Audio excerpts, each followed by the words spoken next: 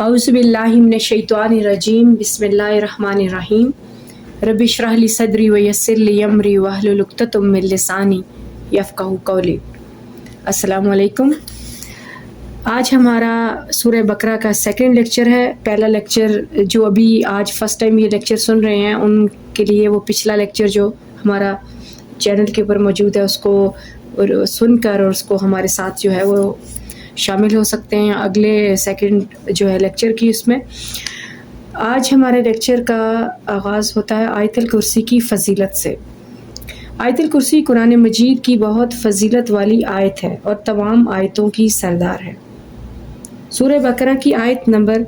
255 جو ہے وہ آیت الکرسی کہلاتی ہے۔ آیت الکرسی کے بارے میں نبی کریم صلی اللہ علیہ وآلہ وسلم نے فرمایا، جو شخص ہر فرض نماز کے بعد آیت الکرسی کو پڑھتا ہے اسے جنت میں داخل ہونے سے صرف موت ہی روکے رکھتی ہے۔ یعنی بس جب تک وہ دنیا میں ہے، اس کو زندگی ہے، تب تک تو اوبویسلی وہ اگلے جہان کا جو ہے وہ وارث نہیں بن سکتا، وہ حصہ نہیں بن سکتا۔ تو وہ جب ہی دنیا سے جائے گا تو جنت اس کے لیے انتظار کر رہی ہوگی۔ یہ ہمارے نبی کا فرمان ہے۔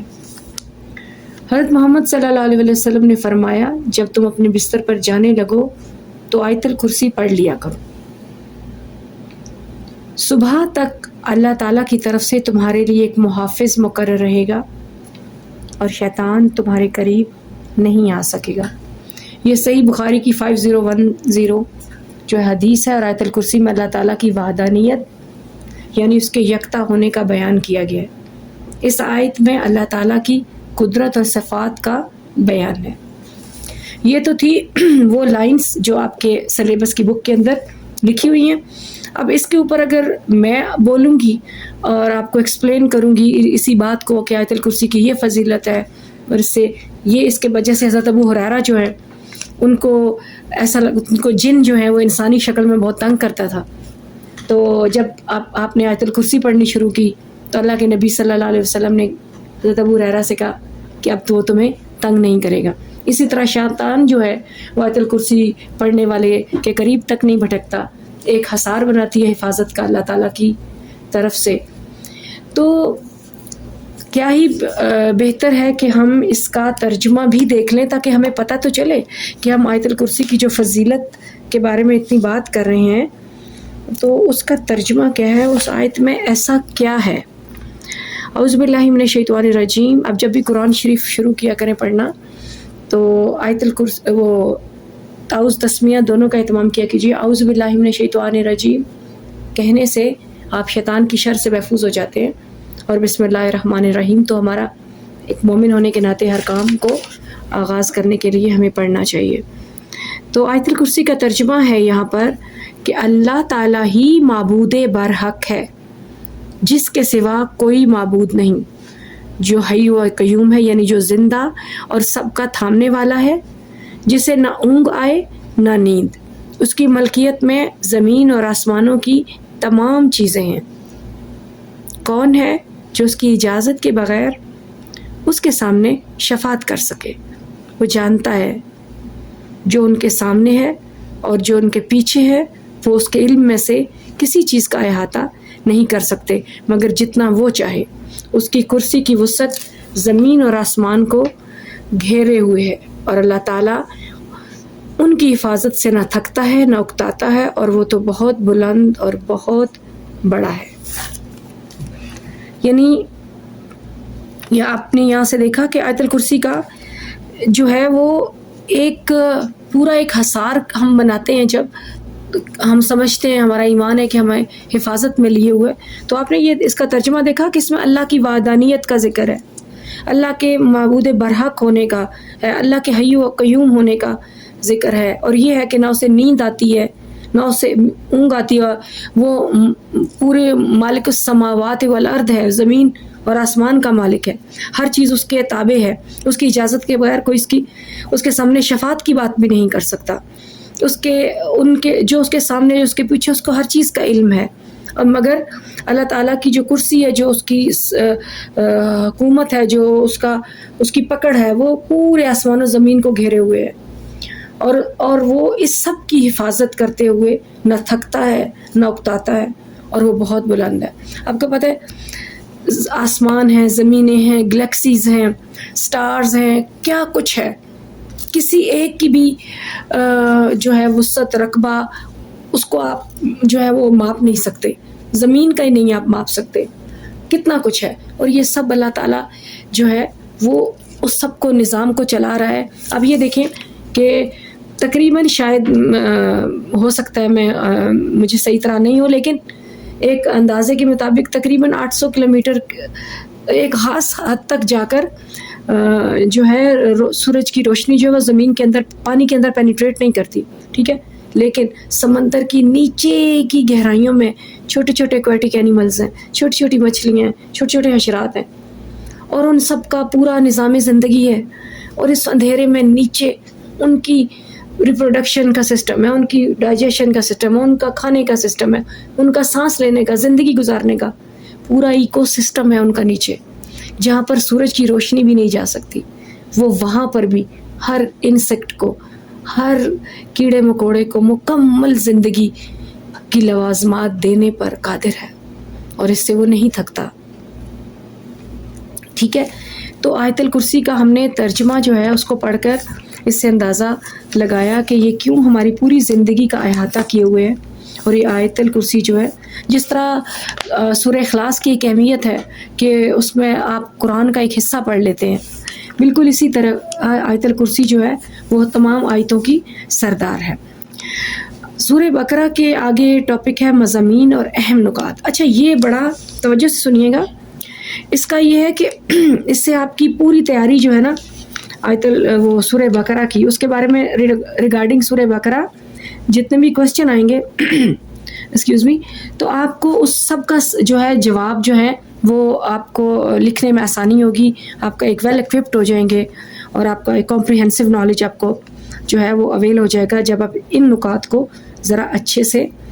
دماغ میں ذہن نشین کر لیں گے، بٹھا لیں گے. اچھا، سورہ بقرہ کا مرکزی مضمون ہدایت ہے. اچھا یہ اپنے پاس اس کو انڈر لائن کر لیں. یہ بلکہ آپ ایسا کریں، ان ہیں تو یہ پوائنٹس یہ انڈر لائن کیا، لیکن آپ کو نا یہ انڈر لائن آپ کی ذہن میں ایک یادداشت کی ایک میموری لسٹ بنانے کے لیے، کہ آپ لکھنے لگیں گے اس کا جواب کہیں پر بھی تو آپ کے ذہن میں آئے گا کہ نمبر 1 ہدایت میں نے ٹک مارک کیا تھا، تو ہدایت کے بارے میں نے لکھنا ہے. پھر ایک ورڈ جو ایک لائن کا جو ہے نا آپ کے مائنڈ میں رہے گا، تو آپ کو پوری جو ہے وہ سورہ بقرہ کی پوائنٹس جو ہیں وہ ایک سیکوینس کے ساتھ، ایک لاجک کے ساتھ یاد رہیں گے. اچھا، پہلا کیا ہے کہ سورہ بقرہ کا مرکزی مضمون ہدایت ہے. دوسرا ہے سورہ بقرہ کے بالکل شروع میں ان لوگوں کی صفات بیان کی گئی ہیں جو قرآن مجید سے ہدایت حاصل کرنے کی صلاحیت رکھتے ہیں. اس صورت میں واضح کیا گیا ہے کہ جس طرح پہلے اللہ تعالیٰ انسانوں کی ہدایت کے لیے انبیاء کرام علیہ السلام کے ذریعے سے کتابیں بھیجتا رہا ہے، اسی طرح اس نے حضرت محمد رسول اللہ صلی اللہ علیہ وآلہ وسلم کو بھی قرآن مجید کے ساتھ مبعوث کیا. قرآن مجید کو اس لیے تو الفرقان کہتے ہیں کہ وہ سچ اور جھوٹ، حق اور باطل میں فرق کرنے والی کتاب ہے. اور یہ واضح کیا گیا کہ آپ خاتم الانبیاء ہیں، اور آپ صلی اللہ علیہ وسلم پر ایمان لائے بغیر ایمان کا دعویٰ مقبول نہیں ہوتا، مکمل نہیں ہوتا. لہٰذا انسانوں کو حکم دیا گیا کہ قرآن مجید اور صاحب قرآن، یعنی کہ جو قرآن جس کے اوپر آیا، جن صاحب کے اوپر یا جن پیغمبر کے اوپر اتارا گیا، ان پر ایمان لے آؤ اور ان کی کامل اطاعت کرو. کامل مطلب مکمل، ٹھیک ہے، مکمل اطاعت کرو. اچھا، اب اس کے بارے میں تھوڑا سا میں آپ کو سمجھا، بلکہ میں اس کو ہم پورا کرتے ہیں پھر میں آپ کو بتاتی ہوں، تاکہ پھر یہ نہ ہو کہ کچھ باتیں ایسی ہوں جو آگے پوائنٹس کو بھی کور کرتی ہوں. تو لیٹس پہلے ہم اس کو فنش کرتے ہیں جلدی سے، پھر میں آپ کو بتاتی ہوں. سورہ بقرہ کے مضامین کو درج ذیل نکات کی صورت میں بیان کیا جا سکتا ہے. سورہ بقرہ کے مضامین میں سب سے پہلی بات یہ ہے کہ سورہ بقرہ کا آغاز اسلام کی بنیادی عقائد یعنی توحید، رسالت اور آخرت کے بیان سے ہوا. اسی ضمن میں انسانوں کی بھی 3 قسمیں ہیں، یعنی مومن، کافر اور منافق. حضرت آدم علیہ السلام کی پیدائش کا واقعہ بیان فرمایا گیا. اب یہ اس کے جو بھی چیپٹر، اس میں جو بھی ٹاپک کور ہو رہے ہیں ان کے بارے میں بات ہو رہی ہے کہ کیا کیا نکات ہیں. بیسیکلی جو ٹاپک ہیں وہ بیسیکلی اس کے نکات ہیں. حضرت آدم علیہ السلام کی پیدائش کا واقعہ بیان کیا گیا ہے تاکہ انسان کو اپنی پیدائش کا مقصد معلوم ہو سکے. آدم کو زمین پر کیوں اتارا چلے گا تو ہی ہم اس کنڈیشن میں ہوں گے، اس سچویشن میں ہوں گے کہ ہمیں یہ پتہ چلے کہ ہمیں دنیا میں لایا کیوں گیا ہے، ہمیں دنیا میں رہنے کا مقصد کیا ہے. اور جب یہ ہم کہتے ہیں اور بڑوں سے بھی سنتے ہیں کہ یہ عارضی زندگی ہے، تو بھئی اس عارضی زندگی میں ہم کیوں ہیں؟ یہ بھی سوال آتا نا. تو اس سوال کا جواب اس نقطے سے ہمیں ملے گا. آیت کے ایک طویل سلسلے میں بنیادی طور پر خطاب یہودیوں سے ہے جو بڑی تعداد میں مدینہ منورہ کے آس پاس آباد تھے. اس قوم پر اللہ تعالیٰ نے جو نعمتیں نازل فرمائیں اور جس طرح انہوں نے ناشکری کی اور نافرمانی سے کام لیا اس کا مفصل بیان ہے. پہلے پارے کے قریباً آخر میں حضرت ابراہیم کا تذکرہ ہے، اس لیے انہیں نہ صرف یہودی اور مسیحی بلکہ عرب کے بت پرست بھی اپنا پیشوا مانتے ہیں، اور ان کو سب کو یاد دلایا گیا کہ وہ خالص توحید کے اوپر قائل تھے اور انہوں نے کبھی کسی قسم کے شرک کو گوارا نہیں کیا. اس ضمن میں بیت اللہ کی تعمیر، اسے قبلہ بنانے کا یعنی تحویل کعبہ کا جو موضوع ہے، یعنی کعبے کی تبدیلی کا، وہ بھی موضوع زیر بحث آیا. اس کے بعد اگلا پوائنٹ ہے اس میں کہ مسلمانوں کی انفرادی اور اجتماعی زندگی سے متعلق بہت سے احکام بیان کیے گئے جن میں عبادات سے لے کر معاشرت یعنی سوسائٹی میں زندگی جو ہے، خاندانی امور، خاندان کے اندر ہونے والے جو بھی کام ہیں، جو بھی حقوق ہیں، فرائض ہیں، رشتے ناتے ہیں، اور حکمرانی سے متعلق بھی بہت سے مسائل ہیں. ٹھیک ہے. سورہ بقرہ میں جن برائیوں کی سخت مذمت کی گئی ہے ان میں سے ایک سود ہے. سورہ بقرہ میں سود کو اللہ تعالیٰ اور نبی کریم صلی اللہ علیہ وسلم کے خلاف جنگ قرار دیا گیا ہے. سود ایک ایسی معاشرتی بیماری ہے جس کی وجہ سے معاشرہ غربت، سستی، فضول خرچی اور تنگ دلی کا شکار ہو جاتا ہے. سود کی وجہ سے امیر اور غریب کے درمیان فرق بڑھتا ہی چلا جاتا ہے. سود ادا کرنے والے مجبور لوگ کئی بار خودکشی جیسا بڑا گناہ بھی کر بیٹھتے ہیں. ہاں جی، اب یہ میں نے آپ کو پوائنٹس جو ہیں بالکل اس طرح پڑھ لیے کہ جیسے آپ نے اپنی بکس تو کھولی ہوں گی، ان میں دیکھیں، اور میں نے جسٹ اس کی ریڈنگ کی ہے. اب میں اس کے بارے میں آپ کو ان کو تھوڑا سا الیبوریٹ کرتی ہوں تاکہ آپ کو زیادہ واضح پکچر سامنے آئے. اچھا، پہلا ہے کہ سورہ بقرہ کا آغاز اسلام کی بنیادی عقائد سے ہوا، یعنی توحید، رسالت اور آخرت کا بیان، اور پھر اسی طرح انسان کی 3 قسمیں، انسانوں کی مومن، کافر اور منافق بیان کی گئی. اچھا، مومن وہ ہیں جو رسول اللہ صلی اللہ علیہ وسلم کے دعوت حق دینے کے بعد ان پر ایمان لائے اور اللہ تعالیٰ کو بلا شرکت غیر جو ہے اپنا اللہ اور اپنا الہ مانا، اور نبی کریم صلی اللہ علیہ وسلم کو اللہ تعالیٰ کا آخری نبی. کافر وہ جو بتوں کی پوجا کرتے ہیں، اور منافق وہ کہ جو مسلمانوں کی صف میں موجود ہیں، یعنی کہ اوپر سے وہ انہوں نے کلمہ حق پڑھ لیا، رسول پاک صلی اللہ علیہ وسلم سے بیعت کر لیا ہے اور کلمہ پڑھ لیا اور مسلمان کہلاتے ہیں. ایون منافقین میں سے اکثر منافقین مسجد نبوی کی میں نماز کے وقت پہلی صف میں کھڑے ہوتے تھے، یعنی کہ بظاہر جو انہوں نے اپنا ایک شخصیت ظاہر کی ہوئی تھی، ایک بہت اعلیٰ درجے کے ایک پکے سچے مسلمان والی تھی. اکثر منافق مسجد نبوی میں اور کیا کہتے ہیں حرم میں پہلی صف میں ملتے تھے تاکہ لوگوں کو تو شک بھی نہ گزرے. اگر آپ کسی کو کہتے ہیں کہ I am going to disguise you, کہ میں تمہیں دھوکہ دینے لگا ہوں، تو کیا آپ دھوکہ دے سکتے ہیں؟ بالکل بھی نہیں. آپ دھوکہ اس وقت دے سکتے ہیں کسی بھی انسان کو یا کسی بھی حالات میں جب آپ اپنے آپ کے اوپر وہ رنگ چڑھا لیں یا وہ روپ دھار لیں کہ جو اس سے بالکل اپوزٹ ہو، تاکہ دوسرا آپ پر اندھا اعتبار کرے. اور رسول اللہ کو تو اللہ تعالیٰ کی طرف سے وہ منافقوں کی لسٹ پوری مل چکی تھی، لیکن مسلمان باقی جو تھے، اصحابہ کرام تھے، ان کو نہیں پتہ تھا. بہت سارے برگزیدہ صحابہ جو ہیں وہ ان کو بھی بڑا برگزیدہ سمجھ رہے تھے، بڑا پہلی صف میں آ کے نماز پڑھتے ہیں اور بڑے جی نیک ہیں، جبکہ وہ منافق تھے. اور وہ جب یہودی مسلمانوں کے ساتھ ہوتے تھے کہ وہ جو ہے کہ جو ہے وہ جب ملاقات کے لیے آتے تو کہتے کہ آمنا، ہم ایمان لائے، ٹھیک ہے. اور جب وہ اکیلے ہوتے تھے اپنے سرداروں کے ساتھ تو کہتے تھے کہ ہم تو مسلمانوں کے ساتھ مذاق کر رہے ہیں. اور یہ نہیں پتہ کہ اللہ ان کے ساتھ مذاق کر رہا ہے. وہ پلاننگ کرتے تھے اور یہ نہیں پتہ کہ وہ بہت بڑا پلانر جو اوپر بیٹھا ہے وہ تمہارے سارے پلانوں سے جو ہے باخبر ہے. تو یہ جو دوزخ ہے نا، دوزخ کا سب سے زیادہ گرم آگ کا جو حصہ ہے اس کو درک کہتے ہیں، اور اس سے دوزخ بھی پناہ مانگتی ہے. منافقین کو درک کے اندر ڈالا جائے گا. یعنی کہ ایک تو کافر ہے کہ جو بظاہر وہ ایٹ لیسٹ اپنی سچی حالت میں ہے کہ وہ بتوں کو پوج رہے ہیں، ان کی تربیت کی جا سکتی ہے، ان کو دین کی طرف لایا جا سکتا ہے، ان کو اللہ تعالیٰ کی وحدانیت کا شعور دیا جا سکتا ہے، ان کو ان کی مائنڈ کے اندر شرک کو ختم کیا جا سکتا ہے. لیکن جب ایک انسان جو ہے وہ اپنے آپ کو خود پلان کر کے ایک اچھا انسان ظاہر کرے اور خود جو ہے وہ اس سے اپوزٹ ہو تو وہ منافق ہوتا ہے. اور ان کے بارے میں اللہ تعالیٰ نے کہا ہے نا کہ سمن بکمن فہم لا یرجعون، کہ وہ واپس لوٹنے والے نہیں ہیں، وہ تو گونگے بہرے ہیں. ان کے تو اللہ تعالیٰ نے وہ ہے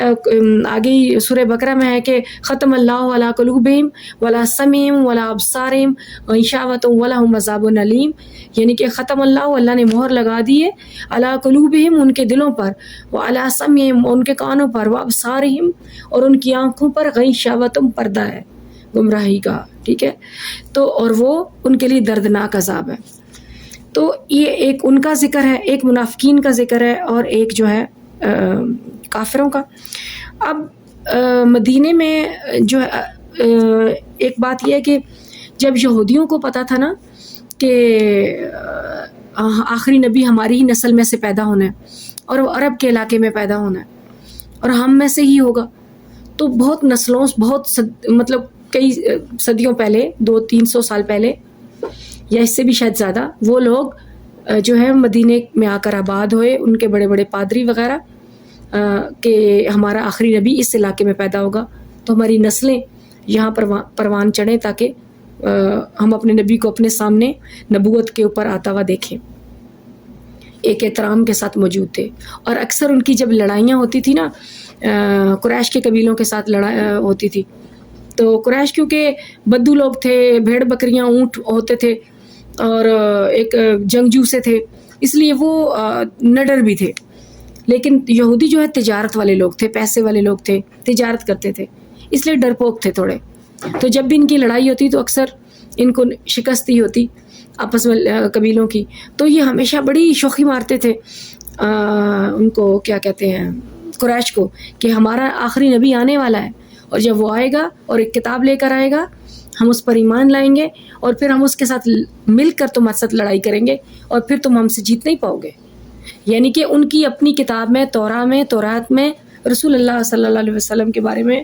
تمام نشانیاں بتا دی گئی تھیں، انہیں سب پتہ تھی. اسی سورہ بقرہ میں رسول اللہ کو اللہ تعالیٰ نے کہا ہے کہ اے نبی وہ تمہیں بالکل اس طرح پہچانتے ہیں جیسے باپ اپنے بیٹے کو. ٹھیک ہے، اس طرح. اور لیکن جب رسول اللہ آئے تو وہ بنی اسماعیل علیہ السلام میں سے، اسماعیل کی اولاد میں سے پیدا ہوئے. اب ان کو یہ بغض ہوا، یہ حسد ہوا کہ یہ نبی ہم میں سے نہیں پیدا ہوا، جبکہ حقیقت میں وہ بھی ابراہیم کی اولاد ہیں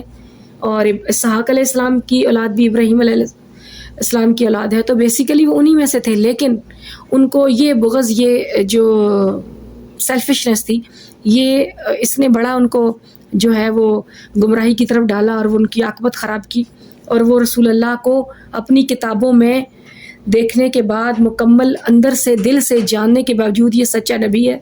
تو انہوں نے بظاہر زبان سے اس چیز کو اقرار نہیں کیا اور آپ کو نہیں مانا. یہاں تک کہ ایون وہ حضرت جبرائیل علیہ السلام کے بارے میں بھی جو ہیں وہ اس طرح ہو گئے کہ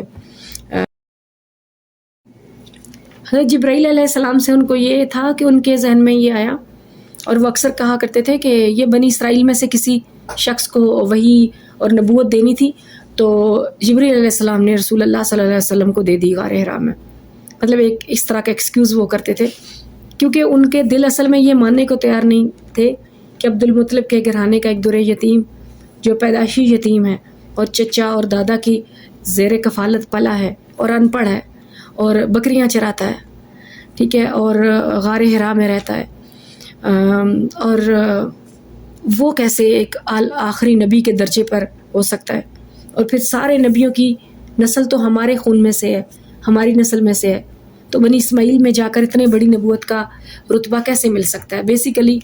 اگر وہ اپنی کتاب کو، رسول اللہ صلی اللہ علیہ وسلم کو جب انہوں نے کہا کہ ہم تو اپنی کتاب کو مانتے ہیں، تو رسول اللہ نے ایک وقت پر انہیں کہا کہ ٹھیک ہے آپ اپنی کتاب مانیں، کیونکہ جب آپ اپنی کتاب کھول کر اس کو مانیں گے تو آپ مجھے مانیں گے، کیونکہ آپ کا نبی اور اس کی شریعت اور اس کی کتاب میرے آنے والے وقت میں میرے ہونے کی، میرے آنے کی گواہی دے چکے ہیں. اچھا ایک اور بات بچوں آپ سمجھ لیں بہت آرام سے، اور یہ بات یہ کیونکہ عقیدے کی بات ہے اور اس کو یہ آپ کو کلیئر ہونی چاہیے. دیکھیں ایک لفظ ہے مسلمان. آپ کے ذہن میں ہوگا، آپ سے اگر میں پوچھوں مسلمان کون ہے تو آپ کہیں گے کہ جو لا الہ الا اللہ محمد رسول اللہ پڑھتے ہیں، جو رسول پاک صلی اللہ علیہ وسلم کی امت ہے، وہ مسلمان ہے. نہیں، مسلمان کا مطلب ہے فرما بردار، جو اللہ کو ایک مانتا ہو، آخرت پر یقین رکھتا ہو اور اپنے وقت کے اپنے نبی اور اس کی شریعت پر عمل کرتا ہو، اور نیک اور عمل صالح کرتا ہو، یعنی نیک عمل کرتا ہو. اب جو یہودی جب تک حضرت موسیٰ علیہ السلام زندہ تھے، اور جب تک دوسرا صرف زندہ نہیں، جب تک حضرت عیسیٰ کی شریعت نہیں آئی، حضرت عیسیٰ نہیں آئے. ابھی یہ بڑا غور سے سنیے گا، بلکہ یہ دیکھیے میں آپ کو بتاتی ہوں، یہ چیز بڑا توجہ والی ہے. آپ کا کانسیپٹ جو ہے نا عقیدے کے بارے میں اور اس لفظ کے بارے میں کلیئر ہونا چاہیے. موسیٰ علیہ السلام، ٹھیک ہے، موسیٰ علیہ السلام جب ہیں نبی آتے ہیں اور اپنے ساتھ اپنی جو ہے ان کے پر جو کتاب ہے وہ تورات نازل ہوتی ہے، اور وہ لے کر وہ آتے ہیں، اور ان کی اہل یہود جو ہیں ان کے اوپر یہ ان کے نبی ہیں، اور جو ہے یہاں سے ان کی شریعت جو ہے اس کے اوپر یہ عمل کرتے ہیں. اب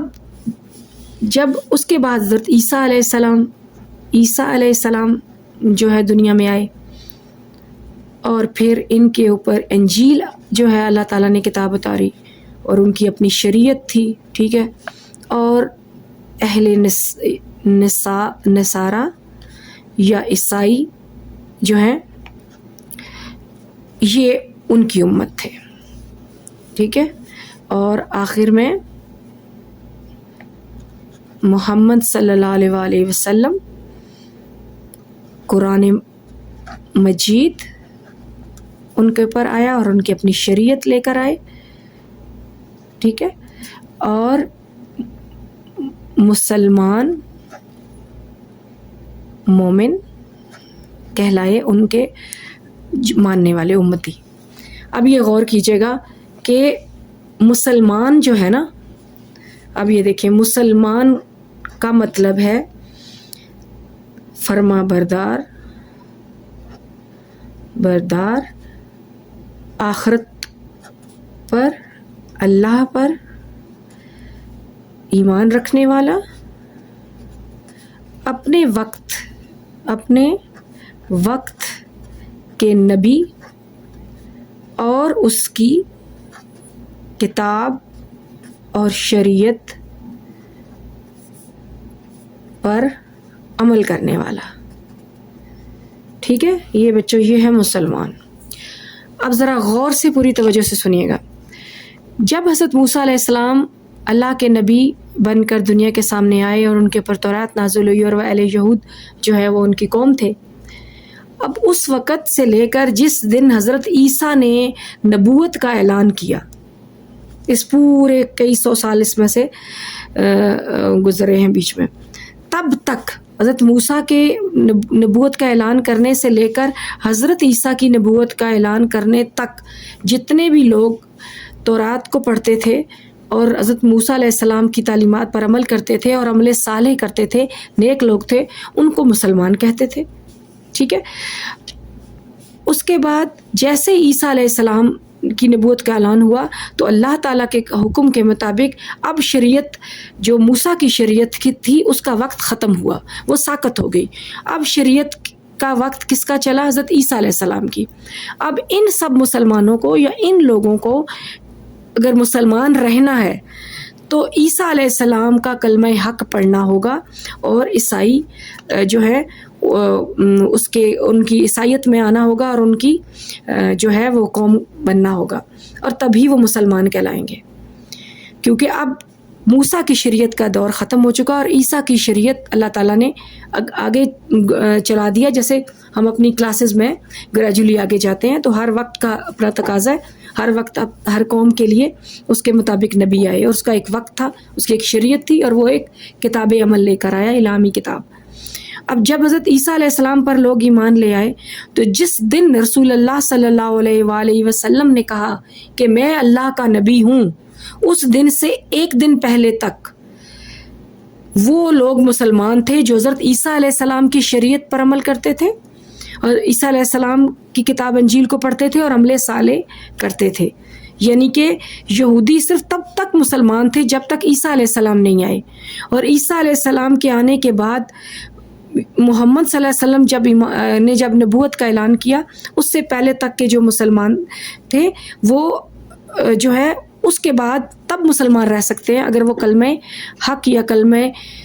جو ہے مسلمان ہونے کے لا الہ الا محمد رسول اللہ پڑھیں. تو اس لیے کیونکہ رسول اللہ آخری نبی ہیں اور ہدایت ان پر مکمل ہو گئی ہے، اب اس کے بعد کوئی دوسرا نبی نہیں آنا، اب اس کے بعد کوئی دوسری کتاب نہیں آنی، اور اب قیامت ہی آنی ہے جب، اور میدان حشر اور میدان عمل اور میدان جزا اور سزا جو ہے برپا ہوگا. تو اس دن تک اگر آپ چاہتے ہیں کہ اصحاب الجنہ ہوں یعنی جنت والے بنیں اور اصحاب النار نہ ہوں اور دوزخ میں نہ جائیں، تو آپ کو مسلمان ہونا چاہیے، کیونکہ اللہ تعالیٰ نے کہا ہے کہ اللہ کا دین تو صرف اسلام ہی ہے. اور جب موسیٰ جو لے کر آئے تھے دین وہ بھی اسلام ہی تھا،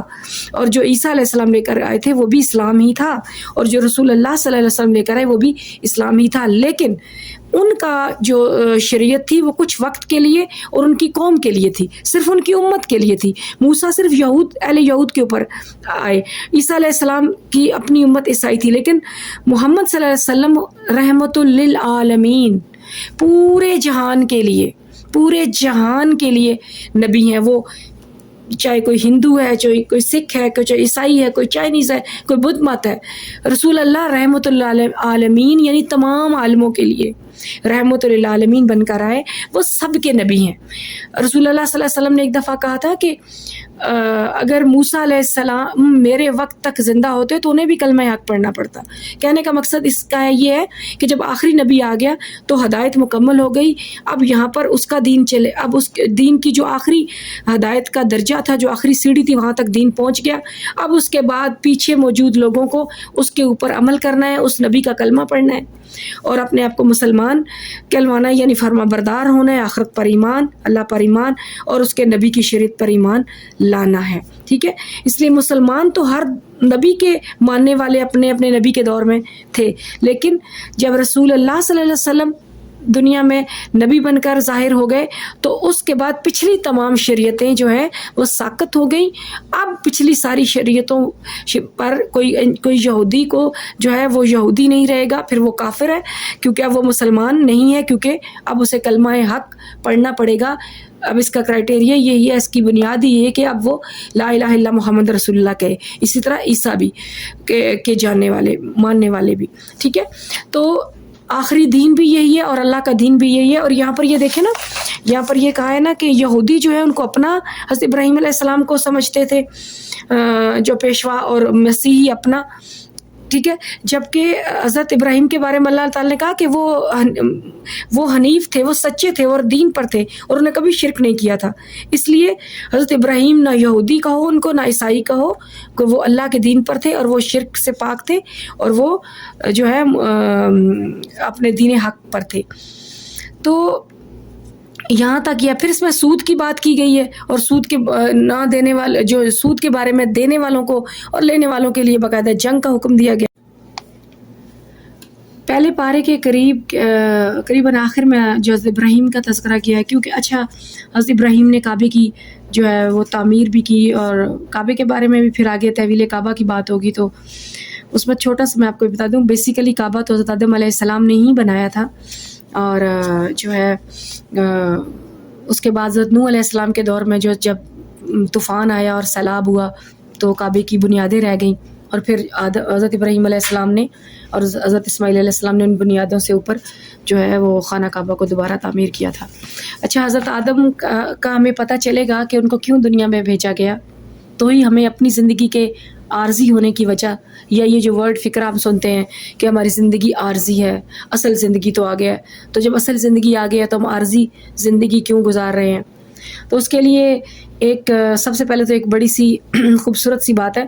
ہمیں دنیا میں کیوں بھیجا گیا. تبارک الذی بیدہ الملک وہو علی کل شیء قدیر الذی خلق الموت والحیاۃ لیبلوکم ایکم احسن عملا. یعنی کہ اللہ تعالیٰ جو تمام جہانوں کا مالک ہے،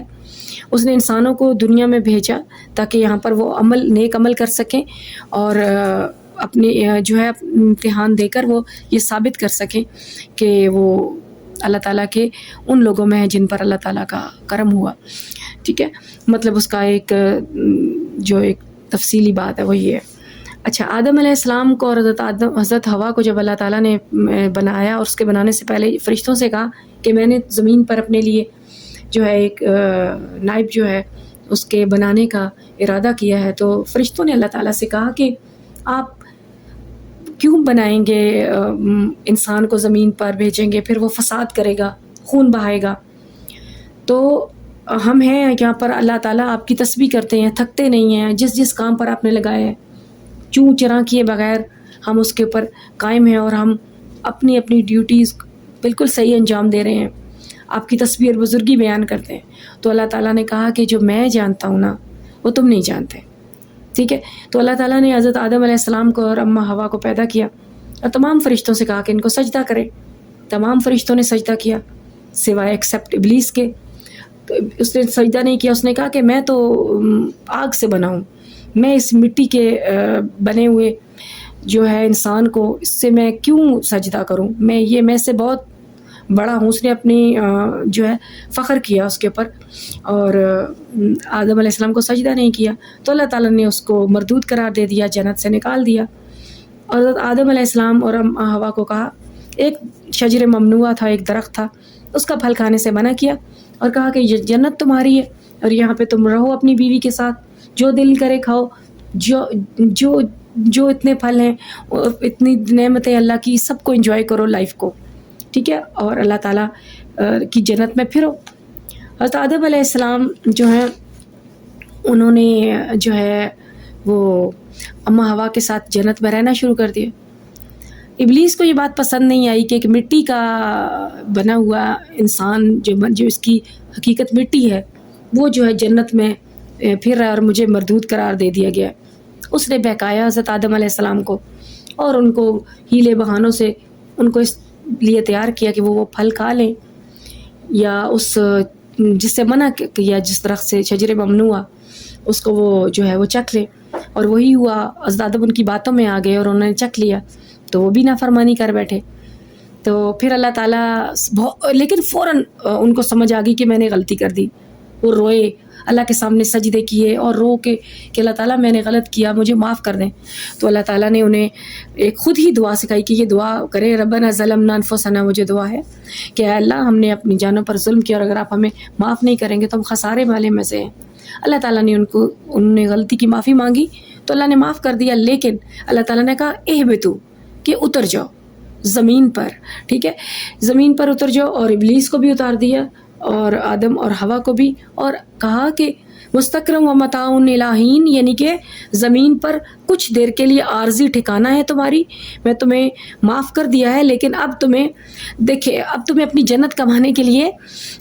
زمین پر جانا ہوگا. ابھی آپ سنیں، جیسے ہماری جو جنت ہے نا بچوں، آپ یہ سمجھ لیں آسان لفظوں میں کہ ہماری جنت ہم نے گروی رکھی ہوئی ہے. اب گروی چیز کیسے ہوتی ہے کہ چیز ہماری اپنی ہوتی ہے اور ہم نے اس کی قیمت ادا کرنی ہوتی ہے جب جو ہم نے لی ہوتی ہے، اور جب وہ واپس کرتے ہیں تو پھر ہمیں ہماری جو ملکیت ہوتی ہے وہ ہمیں واپس مل جاتی ہے. اب آدم علیہ السلام کی وجہ سے کے لحاظ سے، ان کی نسل ہونے کی وجہ سے ہم جنت کے حقدار ہیں. اللہ نے ہمیں خود جنت دی، ہمارے بابا یعنی کہ جو حضرت آدم علیہ السلام ہیں ان کو جنت دی اور جنت میں رہنے کے لیے کہا. لیکن انہوں نے جو ایک غلطی کی اس کی وجہ سے اللہ تعالیٰ نے کہا کہ اب یہ کمانی پڑے گی. اب یہ جو جنت تمہیں آپ لوگوں کو فری میں ملی تھی، اب اسے کمانا پڑے گا. مستقرم و متاع الہین، اور ہدایت صرف میری طرف سے آئے گی، یعنی آسمان سے. اور وہ ہدایت کیسے آئے گی؟ 1,24,000 پیغمبر اپنے اپنے وقت پر آئے، اس میں 4 رسول آئے، 4 کتابیں آئیں،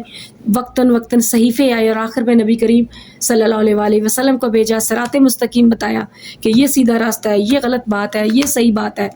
انسان کو اشرف المخلوقات بنایا، اس کو دماغ دیا تاکہ وہ صحیح راستہ صراط مستقیم بھی بتا دیا، اور عدو مبین یعنی کہ کھلا دشمن ہے تمہارا شیطان، یہ بھی بتا دیا. اب ایک در یہ شیطان ہے،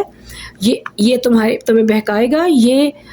سیدھا راستہ ہے، اور یہ تمہارے پاس عقل ہے. اب تم نے زندگی نیچے زمین پر جانا ہے اور کچھ دیر زمین پر عمل صالح نیک عمل کرنے ہیں، میری ہدایت کے مطابق زندگی گزارنی ہے، اور بہت ساری نیکیاں کما کر واپس آنا ہے میدان حشر میں، تاکہ تمہیں وہ گھر واپس دیا جا سکے جو میں نے تمہیں دے دیا تھا، جو تم نے اپنی نافرمانی کی وجہ سے وقتی طور پر گنوا دیا. تو پیارے بچوں،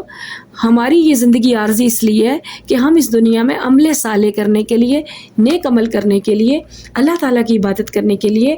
اللہ تعالیٰ کو معبود کے برحق ماننے کے لیے، صرف اللہ کو جو ہے الہ ماننے کے لیے، اپنے نبی کو آخری نبی ماننے پر، اور فرشتوں پر ایمان، اور ان سارے اپنے توحید پر ایمان کے ساتھ ساتھ اپنی خوبصورت سی عمل صالح سے بھرپور زندگی گزارنے کے لیے اس دنیا میں آئے ہیں، تاکہ ہم یہاں سے نیکیاں کمائیں. اور دیکھیں نا، اللہ تعالیٰ نے یہ نہیں کہا کہ جنت میں صرف وہ جائیں گے جو صرف نیک ہوں گے، اور اللہ نے کہا کہ جنت میں وہ جائیں گے جن کی نیکیوں کا پلڑا گناہوں سے بھاری ہوگا. نیکیاں زیادہ ہوں گی، گناہ کم ہوں گے، کیونکہ اللہ نے بندے کو خیر اور شر سے مل کر بنایا. ہم سے کچھ نہ کچھ کمزوریاں، کوتاہیاں، غلطیاں ہوتی رہیں گی، اور ہم معافی مانگتے رہیں گے. اگر ہم اندر سے اللہ کے نیک بندے اور یہ اللہ سے ڈرتے ہیں، تو ہمیں غلطی کر کے احساس ہو جاتا ہے. ہمارا ضمیر اگر زندہ ہوتا ہے تو ہمیں غلطی کا احساس ہو جاتا ہے. ہم اپنے اللہ سے بار بار غلطیاں ہوں گی اگر، تو بار بار معافی مانگ کے ہم آگے بڑھتے رہیں گے، اور اپنی زندگی کو ایک انسان ہونے کے ناطے، ایک مسلمان ہونے کے ناطے، ایک مومن ہونے کے ناطے، اور اپنے ہر رشتے کے اندر ہم جو ہیں، مرد ہوں یا عورت ہوں، اپنے ہر رشتوں کے اندر ایمانداری سے اپنی زندگی کو اللہ اور اس کے رسول کے اصولوں کے مطابق گزاریں گے اگر، تو اس کا مطلب ہے کہ ہم عمل صالح زیادہ اکٹھے کر لیں گے. اور جب عمل صالح زیادہ اکٹھے کر لیں گے تو قیامت والے دن ہمارا کون سا پلڑا بھاری ہوگا؟ نیکیوں کا پلڑا بھاری ہوگا. اور جب نیکیوں کا پلڑا بھاری ہوگا تو ہمیں ہمارا گھر واپس مل جائے گا، ہماری جنت ہمیں واپس مل جائے گی، ہم اہل جنت ہوں گے، ہم اصحاب الجنہ ہوں گے. اس کے لیے دیکھیں نا، اگر ہم گندم کاشت کریں تو ہم بیٹھ کر یہ سوچیں کہ چاول کی فصل بڑی اچھی ہوگی، ایسا تو نہیں ہو سکتا نا. بلکہ ایک جو ہے وہ آیت بھی ہے کہ دنیا جو ہے آخرت کی کھیتی ہے. تو یعنی کہ آخرت کی کھیتی مطلب کہ جو دنیا میں ہم بوئیں گے آخرت میں وہی کاٹیں گے. تو اس لیے آپ سے اگر کوئی پوچھے، یا اگر آپ کا اپنے مائنڈ میں یہ بات پہلے کلیئر نہ ہو کہ ہم دنیا میں کیوں آئے ہیں، تو ہم دنیا میں اس لیے آئے ہیں کہ وہ جنت جو ہم نے گنوا دی تھی، ہماری نافرمانی کو معاف تو کر دیا گیا، ہمارے توبہ کو قبول تو کر لیا گیا، اللہ تعالیٰ نے حضرت آدم کو معاف تو کر دیا، لیکن زمین پر اب ایک دفعہ آ کر اپنی ہدایت کے مطابق زندگی اللہ کی گزار کر ہمیں وہ جنت کمانی ہے. تو بیسیکلی ہم دنیا میں اپنی جنت کو کمانے کے لیے آئے ہیں، عمل صالح کرنے کے لیے آئے ہیں، اللہ تعالیٰ کا وہ حق، اللہ تعالیٰ کا وہ کی عبادت کا، اور اللہ تعالیٰ کو اللہ تعالیٰ اور الہ ماننے کا وہ حق ادا کرنے آئے ہیں جو ہم پر فرض ہے. اور اللہ کی محبت ویسے بھی آپ کو پتہ ہے کہ اللہ کی محبت فرض ہے، ٹھیک ہے. تو یہ تھا کہ آدم علیہ السلام کا، آپ کو تو صرف پتہ ہے کہ ہم آدم علیہ السلام کی اولاد ہیں، وہ دنیا میں کیوں ہے. اچھا، ایک اور پوائنٹ بڑا خوبصورت یہ بھی ہے. اب آپ کے مائنڈ میں یہ کوسچن بھی آ سکتا ہے کہ غلطی تو ابلیس نے بھی کی اور غلطی تو آدم علیہ السلام نے بھی کی. ایک دنیا سے رد ہو گیا، اللہ تعالیٰ کی زندگی سے رد ہو گیا، شیطان کہلایا، ابلیس کہلایا، اور ایک جو ہے وہ نبی ہی رہا، اور اس کو معاف کر دیا گیا آدم علیہ السلام کو. اس کے پیچھے جو ہے بات یہی تھی کہ آدم کی بھی غلطی تھی اور ابلیس کی بھی، لیکن ابلیس نے اپنی غلطی کے اوپر شرمندگی کا اظہار نہیں کیا، اور آدم علیہ السلام جو ہیں وہ نہ صرف اس کے اوپر ندامت ہوئی، ان روئے گڑگڑائے، اللہ تعالیٰ سے معافی مانگی، توبہ کی، ربنا ظلمنا انفسنا، کہ اے اللہ ہمیں معاف کر دے، اور اگر تم نے ہم پر رحم نہ کیا اور ہمیں معاف نہ کیا تو ہم خسارے والوں میں سے ہو جائیں گے۔ تو ہمیں روزمرہ زندگی میں بھی جب بھی کوئی غلطی، صحابہ کرام سے اگر کوئی غلطی ہو جاتی تھی یا کچھ کوتاہی ہو جاتی تھی، وہ فوراً بہت ساری نیکیاں کرنے کی کوشش کرتے تھے۔ اور ہماری زندگی میں تو ہم سے انجانے میں بھی ہم یہ غیبت اور خاص سب سے بڑا بہت بڑی گناہ ہے، اور ہمیں اس کو بالکل فار گرانٹیڈ لیتے ہیں، اور اس طرح کی بہت ساری چھوٹی موٹی روزمرہ کی زندگی کا ہماری کا ایسے گناہ ہیں جو حصہ بن چکے ہیں۔ اگر ہم تھوڑا سا احتیاط کریں تو ہمیں ہر وقت اللہ تعالیٰ سے توبہ کر لینی چاہیے، کیونکہ اللہ تعالیٰ کو توبہ مانگنے والے جو ہے انسان بہت پسند، اور اللہ تعالیٰ توبہ جو ہے بہت جلدی قبول کرتے ہیں، اور ان کو خوشی ہوتی ہے جب انسان اللہ کی طرف بار بار پلٹتا ہے، بار بار دعا کرتا ہے اور اپنی اصلاح چاہتا ہے اور صراط مستقیم کے لیے اللہ تعالیٰ سے دعا مانگتا ہے۔ تو لاسٹ کا جو ہے اس کے اندر ہے وہ کہ سورہ بقرہ میں بہت ساری برائیوں کی سخت مذمت کی گئی ہے، ان میں ایک سود بھی ہے، اور سورہ بقرہ میں سود کو اللہ تعالیٰ اور رسول اللہ صلی اللہ علیہ وسلم کے خلاف جنگ قرار دیا گیا ہے، اور یہ جو ہے معاشرتی بیماری ہے جس کی وجہ سے معاشرے میں غربت اور فضول خرچی اور تنگ دلی کا شکار ہو جاتے ہیں لوگ، اور غریب امیر کے درمیان فرق بڑھتا چلا جاتا ہے۔ اب ایسا ہے کہ رسول اللہ کے سے پہلے سود کا بہت ہی گندا نظام جو ہے نا وہ تھا عربوں میں، اور پورے یعنی اس وقت جو زمانے میں چل رہا تھا ایک نظام کاروبار کا، تو اس میں یہ ہوتا تھا کہ جو امیر تھا وہ امیر ترین رہتا تھا اور امیر سے امیر تر ہوتا جاتا تھا، اور جو غریب ہے وہ غربت کی چکی میں پستا چلا جاتا تھا۔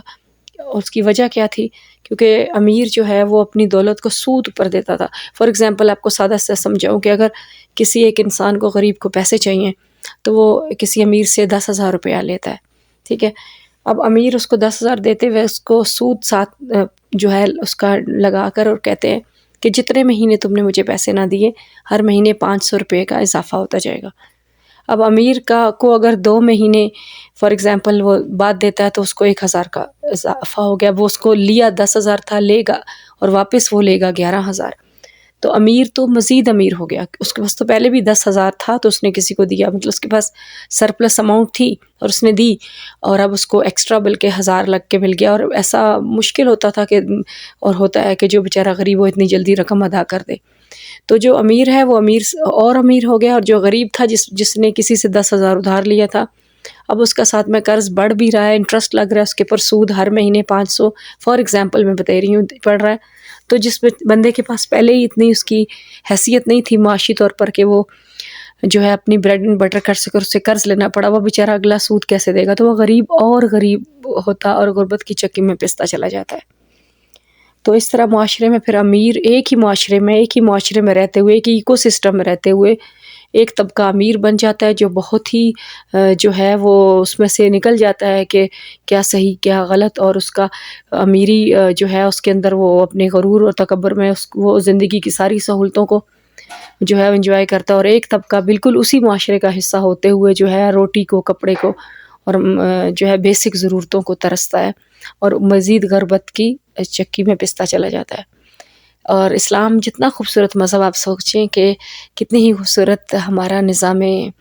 زندگی ہمارے دین نے دیا کہ اس میں سود کو ختم کیا اور اس کی خوبصورت شکل اس کی جگہ زکوٰۃ نے لی، صدقات نے لی۔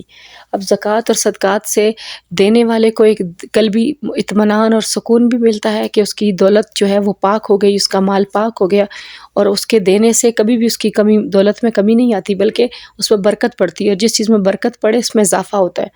تو ان کی اضافہ ہو گیا۔ اور غریب کو یہ ہے کہ اس کو زکوٰۃ کی صورت میں اور صدقات کی صورت میں جو رقم ملی اس سے اس کے دل میں ایک امیر طبقے کے لیے ایک تو محبت بڑی کہ اور ایک بھائی چارہ دونوں میں بڑا، اور ایک جو بہت مضبوط سی دیوار سی آ جاتی ہے امیر اور غریب ایک طبقے، 2 طبقوں میں ایک ہی معاشرے میں رہتے ہیں، اس دیوار میں تھوڑی بہت جو ہے کمی آ گئی اور تھوڑا سا آپس میں بھائی چارہ بڑھا، اور پھر ایک دوسرے کا احساس ہوا۔ بالکل اسی طرح جیسے ہم روزے رکھتے ہیں تو ہمیں غریبوں کا احساس ہوتا ہے کہ جن کے پاس باقی 11 مہینے میں روزوں والی کنڈیشن ہوتی ہے۔ تو بس اس طرح ہے کہ یہ تھے کچھ نکات اہم، اور انشاءاللہ ہم جو اگلا لیکچر ہے اس کے اندر ہم جو عملی اور علمی نکات ہیں ان کے بارے کریں گے، یعنی کہ بیسیکلی وہ کچھ آیات ہیں جو سلیکٹڈ ہیں آپ کی سورہ بقرہ میں سے، اور ان کا آپ کو ترجمہ کرنا ہوگا آپ کے پیپر میں یا آپ کے ٹیسٹ میں جو نیکسٹ آپ جو دیں گے آپ کی ایکسرسائز کا حصہ ہے سلیبس کا۔ اور وہ کیونکہ کمپریہنسو ہونا چاہیے، علیحدہ سے